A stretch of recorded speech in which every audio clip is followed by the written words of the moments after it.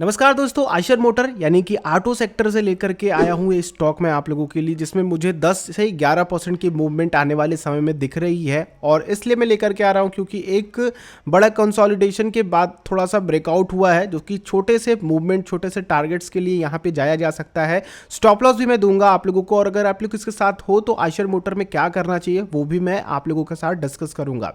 तो देखिए दोस्तों, अगर हम बात करें आयशर मोटर की, तो Eicher motor one of the leading company है ऑटो सेक्टर में, और ऑटो सेक्टर को काफ़ी अच्छी मूवमेंट भी देता है। तो दोस्तों यहाँ पे अगर आप लोग देखते हो तो ये एक रेंज में मूवमेंट कर रहा है, और इस रेंज में जो इसका टारगेट आ रहा है वो पहला टारगेट आ रहा है 11% का। यानी कि दोस्तों ये जो रेड वाली लाइन आप लोग देख रहे हो ना, ये जो रेड वाली लाइन आप लोगों को मैं दिखा रहा हूँ, ये इसका ब्रेकआउट हुआ है। और इस ब्रेकआउट के बाद आप लोगों को ये जो अगला टारगेट दे रहा है वो टारगेट दे रहा है ऑलमोस्ट 2,996 का, यानी कि 3,000 रुपये तक का टारगेट आने को दिख सकता है।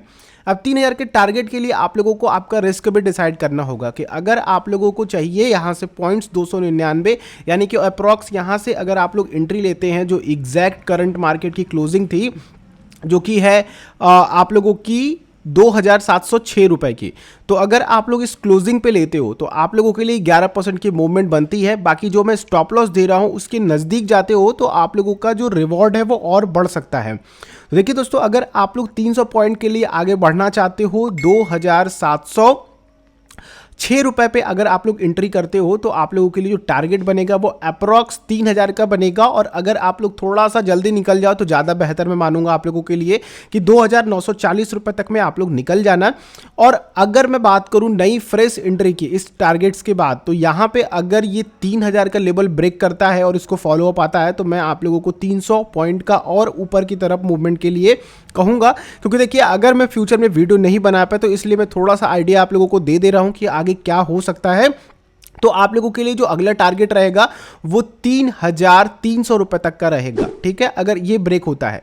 बाकी दोस्तों स्टॉप लॉस काफी ज्यादा ध्यान रखिएगा। अगर आप लोग प्रेजेंट करंट मार्केट पे लेते हैं जो कि 2,706 रुपए है, तो आप लोगों का जो स्टॉप लॉस होगा वो होगा 2,588 रुपए।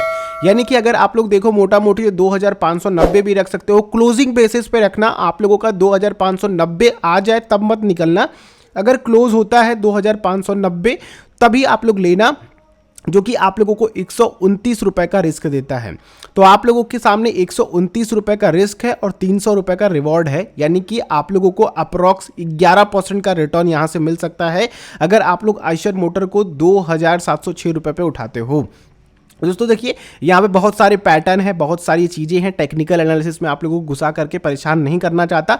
बट अगर मैं देखूँ तो एक साइडवेज मूवमेंट है इसमें, इसलिए आप लोगों के लिए एक छोटा सा टारगेट दिख रहा है ऊपर की तरफ। तो अगर आप लोग छोटे से स्मॉल टारगेट के लिए 2-3 हफ्तों के लिए देखना चाहते हो उसको, तो मैं कहूँगा कि 1 महीने में ये टारगेट में भी आ सकता है, थोड़ा समय लग सकता है। बट स्टॉप लॉस आप लोग रखिएगा 2,590 रुपये तक का स्टॉप लॉस है क्लोजिंग बेसिस पे, तो आप लोग जा सकते हो। और ये चार्ट मैं आपको दिखा रहा हूँ वीकली बेसिस पे, तो वीकली में अगर आपको आए, यानी कि फ्राइडे को अगर 2,590 की क्लोजिंग होती है तो आप लोगों को स्टॉप लॉस लेकर के फ्राइडे को निकल जाना है। बाकी नीचे आप लोगों को खरीदने को दोबारा मिलेगा।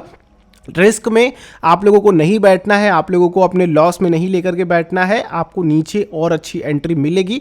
590 के स्टॉप लॉस के बाद आप लोगों को निकल जाना है। तो आयशर मोटर में दोस्तों मेरी टेक्निकल एनालिसिस यही कहती है। फंडामेंटल तो आप सभी को पता ही है, फंडामेंटल रिजल्ट्स वगैरह भी काफ़ी ठीक ठाक थे इसके। छोटे छोटे टारगेट्स के लिए, ट्रेड्स के लिए आप लोग इसको देख सकते हो। लॉन्ग टर्म की बात करें तो या लॉन्ग टर्म के लिए आयशर मोटर एक बढ़िया स्टॉक है, आपको अच्छी मूवमेंट दिखा सकता है। बट शॉर्ट टर्म ट्रेडर्स की बात करें तो ये छोटे छोटे टारगेट्स उनको दिख सकते हैं। और स्टॉप लॉस भी मैंने आप लोगों को दे दिया है। स्टॉप लॉस जरूर लीजिएगा। बहुत सारी वीडियोस में आप लोग कमेंट करते हो कि इतना नीचे आ गया, अगर आप लोग स्टॉप लॉस नहीं लेते हो तो फिर वो नीचे और जाएगा। तो स्टॉप लॉस इसलिए दिया जाता है कि वो एक रेजिस्टेंस होता है, उसके बाद से अगर ब्रेक होता है तो स्टॉक और नीचे जा सकता है, तो इसलिए आपको स्टॉप लॉस दिया जाता है। केवल कोई भी स्टॉक खरीद करके आपको बैठना नहीं है वहाँ पे। बाकी और वीडियोस के लिए आप लोग नीचे कमेंट कर सकते हैं। आपका कोई स्टॉक हो जिसका आप लोग रिव्यू चाहते हैं तो कमेंट कीजिएगा।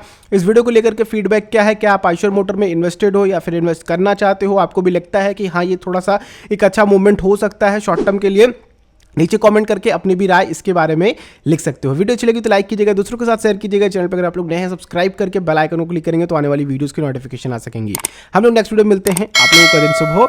जय हिंद।